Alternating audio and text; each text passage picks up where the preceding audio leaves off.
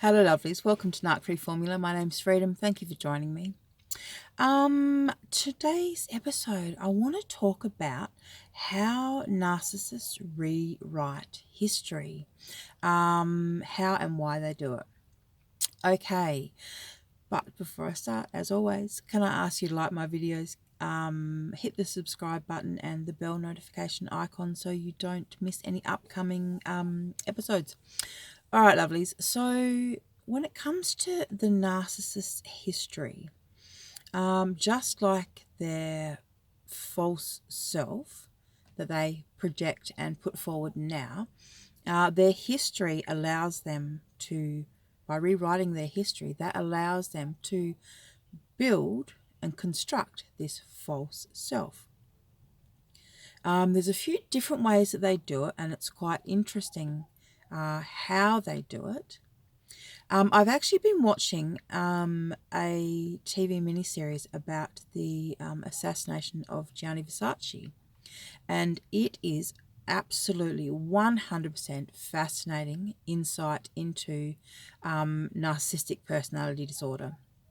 If Andrew Cunanan wasn't diagnosed with it, if he had seen a psychiatrist, he would definitely 100% have been diagnosed with narcissistic personality disorder. And I recommend for anyone who's interested in learning more to watch it, because the miniseries itself is spectacularly done. It's beautiful to watch, and it's a really chilling insight into how narcissistic personality disorder actually works. Okay, so where was I? Oh, that's right. So, and it shows you actually how this storytelling aspect of the narcissist, and how through storytelling they create this illusion of who they actually are. So by retelling their childhood, and recasting their parents, in different roles, depending on who they're talking to, of course, they can rewrite their history. They also, so they adapt their history, so they will change aspects of it to suit the audience that they're speaking to. And believe me, they do this. They are quite chameleon-like. They have these versions of themselves, so these different versions, that they show depending on, the audience. So the same thing with their history. They will talk about, certain aspects of it, but fail to mention a whole lot of different aspects that would contradict the first part that they're trying to, imprint upon you. So, for example, they might want to say they've come from wealth, or the opposite. They might want to say they've come from neglect, and that that they were abused as children. They rewrite their childhoods. They adapt the stories and events. They often include what other people have told them. So other people's stories become their stories, and they manage to weave them into the reality, the false self. So for example, they've heard some story and they think it's a great story for whatever reason, and they notice that other people respond to that particular story in a certain way, so they adapt that story. They take that person's story and make it their own. So instead of, that person being the main character, they are now the main character. Excuse me, I'm being attacked by a mozzie. That's a mosquito for our non-Australian watchers, viewers. All right. So they also reinterpret emotions and reactions and emulate other people's behavior. So they mold themselves on people from their past, from people that they've met, people that they've seen. So they're creating this illusion of the self. And so they create these stories about their childhood, about their past, about where they've come from, to fit this personality they're putting forward.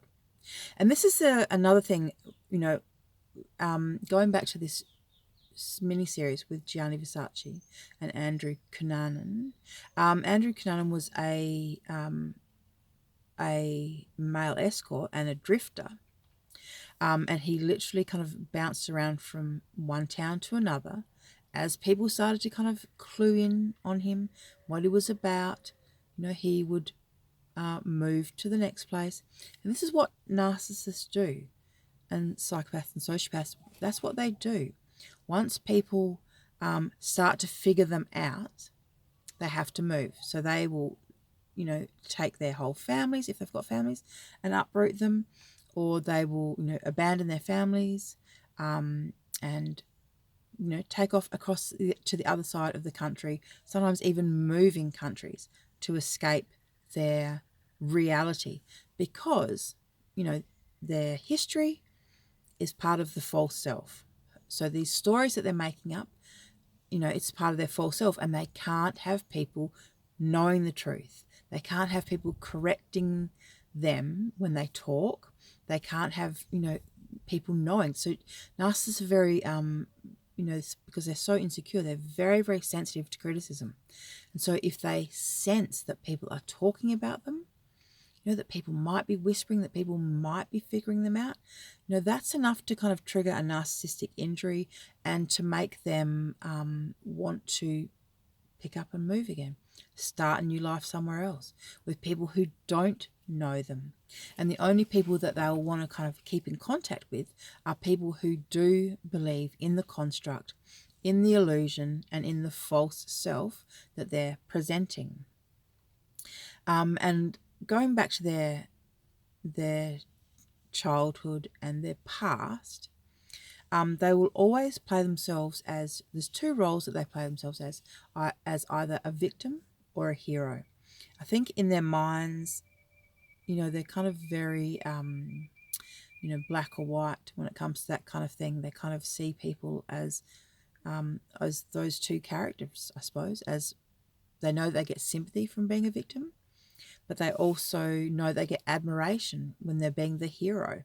So they like to play out both of those roles, and especially the lower narcissists, they like to play out the victim role quite a lot. It's people don't ask too many questions. People don't really, push for too much information when you're talking about, certain topics. So, for example, they might get a lot of sympathy talking about, how they were so badly beaten as a child, for example. But if someone meets their parents and realizes that, no, their parents actually seem like really nice people, and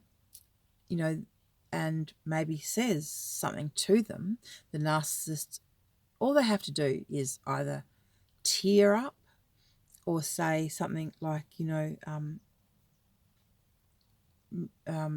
not being believed, is like re-traumatizing me, or something like that.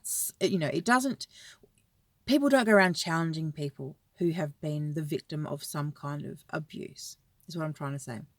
And if you dare to challenge them, it's very easy for them to get you to back down and to get you to just accept that what they're saying is true, to take on face value.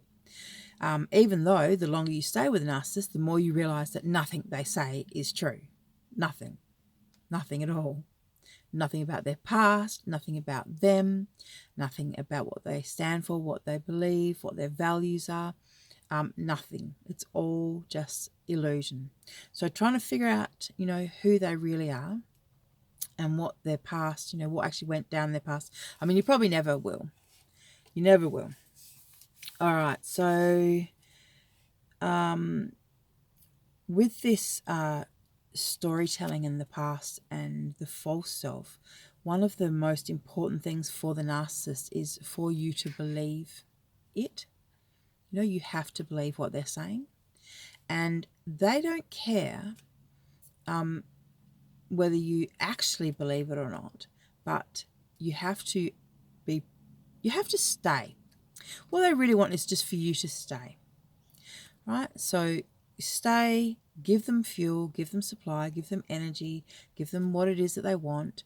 You know, they don't really care whether you're miserable, whether you're, you know, sad, depressed, you know, slashing your own wrists. They don't care about that as long as you don't leave them. Because if you do leave them, that's like saying to them that you don't believe in them.